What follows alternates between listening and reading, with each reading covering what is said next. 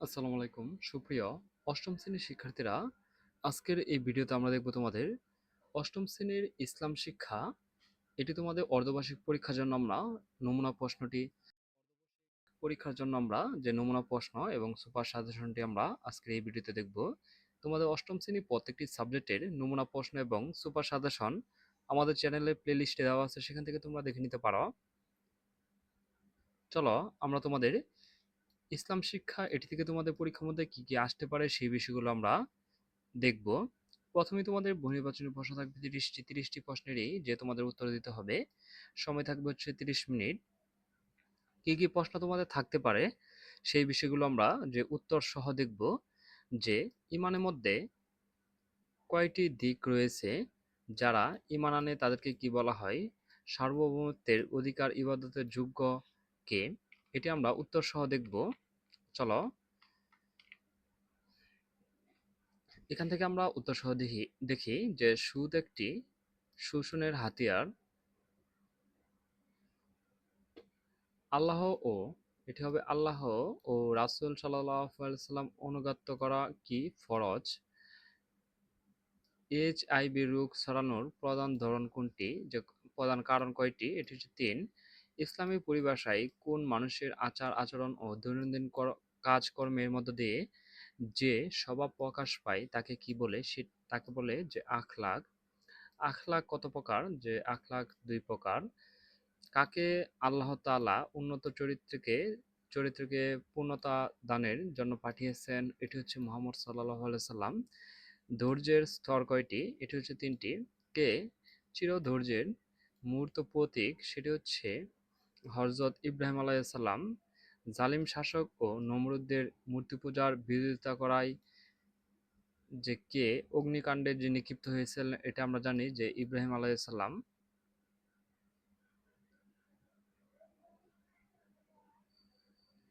কে কঠিন ও দুরারোগ্য ব্যাধিতে আক্রান্ত হয়েছিলেন? সেটি হচ্ছে আইয়ুব আলাইহিস সালাম। ভ্রাতৃত্ব কত প্রকার? সেটি হচ্ছে ৩ প্রকার। কোন ধর্মে বলা আছে সন্তান বেহেশতে মায়ের পদতলে? সেটি হচ্ছে ইসলাম ধর্মে। সম্পত্তি লাভের বেলায় কোন ধর্মে নারীকে পিতা ও স্বামী উভয়ের সম্পত্তির অধিকার কারণে যে করা হয়েছে সেটি হচ্ছে ইসলাম। মানব কল্যাণে ও সমাজ উন্নয়নের জন্য গৃহীত সকল কর্মসূচি কি নামে পরিচিত? সেটি হচ্ছে সমাজ সেবা। ফিতনা কিসের অপেক্ষা গুরুতর? সেটি হচ্ছে হত্যা। সমাজে বিশেষ অসুবিধাগ্রস্ত বেকারদের কারণে স্বেচ্ছায় গৃহীত যাবতীয় কাজকে কি বলে? সেটি হচ্ছে সমাজ সেবা। অজ্ঞতা ও কুসংস্কার দূর করার জন্য গ্রামে-গঞ্জে কি গড়ে তোলা সমাজসেবামূলক কাজ? সেটি হচ্ছে শিক্ষা প্রতিষ্ঠান গড়ে তোলা সমাজ কাজ। জাতির নেতা তিনি যিনি তাদের সেবক, এটি কোন ভাষার প্রবাদ? সেটি হচ্ছে আরবি।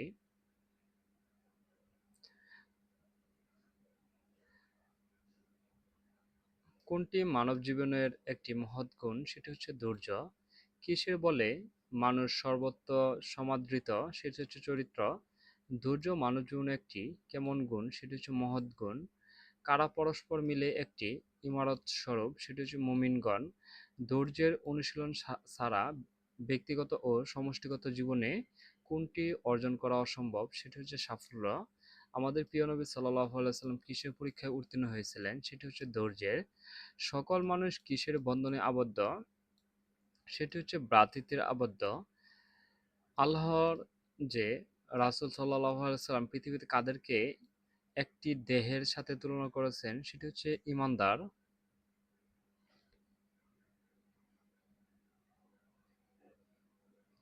এখন আমরা দেখে নেব তোমাদের যে সংক্ষিপ্ত এবং অনুধাবন প্রশ্নগুলো তোমাদের যা যা আসতে পারে, এবং সৃজনশীল ক এবং খ এর মধ্যে এই প্রশ্নগুলো তোমাদের পরীক্ষার মধ্যে আসতে পারে।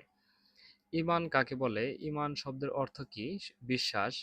ঈমানের মূল বিষয়গুলোর প্রতি বিশ্বাস স্থাপন করাকে যে ঈমান বলে।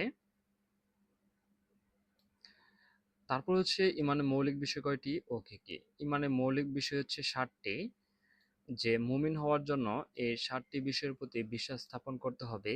ঈমানের বিষয়গুলো হলো আল্লাহর প্রতি পূর্ণ বিশ্বাস, ফেরেশতাগণের প্রতি বিশ্বাস, আসমানী কিতাবের প্রতি বিশ্বাস, নবী রাসূলগণের প্রতি বিশ্বাস, আখিরাতের প্রতি বিশ্বাস, তাকদীরের প্রতি বিশ্বাস ও মৃত্যুর পর পুনরুত্থানের প্রতি বিশ্বাস। নিফাক বলতে কি বোঝায়? নিফাক হচ্ছে ভণ্ডামি, কপটতা, দ্বিমুখী নীতি, যে ইসলাম পরিভাষায় ঈমানের শিখার ও অন্তরে অবিশ্বাস করাকে নিফাক বলে। মুনাফিকদের চরিত্র কেমন হয়? মিথ্যা প্রচারণা করাই মুনাফিকদের চরিত্র। ইসলামী শরীয়তের ভাষায় এদেরকে অন্তরে কুফর ও অবাধ্যগতা গোপন করে যে মুখে ইসলামের কথা স্বীকার করার নাম হলো যে নিফাক। নিফাক পরিহার করার উপায় কি? সেটি হচ্ছে এক, কথা বলার সময় সত্য কথা বলতে হবে, মিথ্যা কথা বলা যাবে না, কাউকে কথা দিলে রক্ষা করতে হবে, আমানত রক্ষা করবে। আসমাউল হুসনা বলতে কি বুঝো? আসমাউল হুসনা শব্দের অর্থ হচ্ছে সুন্দর নামসমূহ। রিসালাত কি? আকাইদে বিষয়সমূহের মধ্যে রিসালাত অত্যন্ত গুরুত্বপূর্ণ। খতমে নবুয়াত অর্থ কি? খতমে নবুয়াতের অর্থ হচ্ছে শেষ অথবা সমাপ্তি। আখিরাত বলতে বোঝায় যে মৃত্যুর পর পরবর্তী জীবন। শাফাত কি? শাফাত শব্দের অর্থ হচ্ছে সুপারিশ করা, অনুরোধ করা ইত্যাদি। যে জান্নাত কাকে বলে? জান্নাত শব্দের অর্থ হচ্ছে যে বাগান, উদ্যান, আবৃত স্থান। জাহান্নাম কাকে বলে? জাহান্নাম হচ্ছে আগুনের গর্ত বা শাস্তির স্থান। তাকদিরে বিশ্বাস বলতে কি বোঝায়? সেটি বোঝায় যে তাকদির অর্থ ভাগ্য। এটি আল্লাহর কর্তৃক নির্ধারিত হয় যে ভালো মন্দ যা কিছু তা সবই হুকুমে হয়, এই বিশ্বাস করাই তাকদিরে। যে ভালো মন্দ যা কিছু হয় তা আল্লাহরই হুকুমে হয়। জাহান্নাম শাস্তির ধরন কিরূপ? জাহান্নামের শাস্তির ধরন খুবই ভয়াবহ। সেখানে রয়েছে যন্ত্রণাদায়ক শাস্তি। খতমে নবুয়াতে বিশ্বাস করা জরুরি কেন? খতমে নবুয়াতের উপর বিশ্বাস করা ফরজ। মহানবী সাল্লাল্লাহু আলাইহি সাল্লাম খতামুন নবিয়ান তথা সর্বশেষ নবী, এটি আমাদের যে বিশ্বাস করতে হবে। আর তারপর হচ্ছে মুনাফিক কি? যে মুনাফিক বলতে কি বুঝো? মুনাফিক শব্দের অর্থ গোপনকারী, প্রতারণাকারী ইত্যাদি। ইসলাম পরিভাষায় মুখে ঈমানের স্বীকার ও অন্তরে অবিশ্বাস করাকে নিফাক বলা হয়। আকাইদ বলতে কি বুঝায়? আকাইদ বলতে যে ইসলামের মৌলিক বিষয়গুলোর উপর বিশ্বাস করার নামই হলো যে আকাইদ। সালাত হলো জান্নাতের চাবি, যে বুঝিয়ে লেখো। সালাত হলো যে জান্নাতের চাবি, যে সালাত আদায়কারী ব্যক্তি যেমন দুনিয়াতে যেমন মর্যাদা পায় তেমনি আখিরাতেও জান্নাত লাভ করবে। খতমে নবুয়ত বলতে কি বুঝো? যে খতমে নবুয়ত শব্দের অর্থ হচ্ছে পরিসমাপ্তি। আমরা কতগুলো তোমাদের যে এগুলো তোমাদের সংক্ষিপ্ত প্রশ্ন, তোমাদের সৃজনশীল ক এবং খ এর মধ্যে এই প্রশ্নগুলো থাকতে পারে।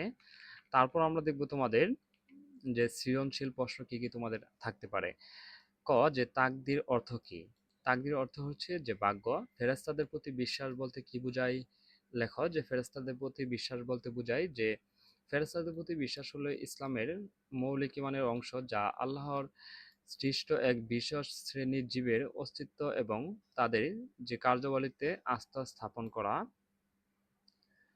মুনাফিকের চিহ্ন কয়টি? সেটি হচ্ছে মুনাফিকের চিহ্ন হচ্ছে আমরা ধরবো তিনটি। যে মিথ্যা কথা বললে মিথ্যা বলে, ওয়াদা করলে ভঙ্গ করে, আমানত রাখলে খেয়ানত করে। তাকদিরে বিশ্বাস বলতে কি বোঝায়? তাকদিরে বিশ্বাস হচ্ছে যে আল্লাহ তাআলার সর্বজ্ঞ ও সর্বক্ষমতার প্রতি বিশ্বাস স্থাপন করা এবং এই বিশ্বাস রাখা যে সবকিছুই আল্লাহর পূর্ব নির্ধারিত এবং পরিকল্পনা অনুযায়ী ঘটে।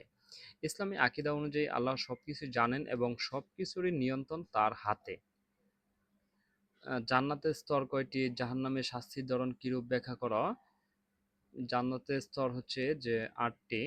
খতমে নবুয়াত শব্দের অর্থ কি? খতমে নবুয়াত বিশ্বাস করা জরুরি কেন? জাহান্নামের যে শাস্তির ধরন খুবই ভয়াবহ, এটি তোমরা লিখবে। নিফাক শব্দের অর্থ কি? মুনাফিক শব্দ কি? বুঝিয়ে লেখো। মুহাইমিনুন শব্দের অর্থ কি? আকাইদ বলতে কি বোঝায়? জান্নাত শব্দের অর্থ কি? সালাত হলো জান্নাতের চাবি, বুঝিয়ে লেখো।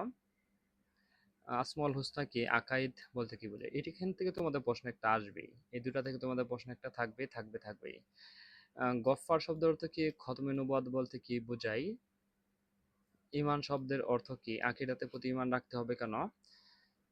ধন্যবাদ শিক্ষার্থীরা, আমরা তোমাদের অষ্টম শ্রেণীর ইসলাম শিক্ষা এই সাবজেক্টের যে নমুনা প্রশ্ন এবং সুপার সাজেশনগুলো দেখে নিয়েছি।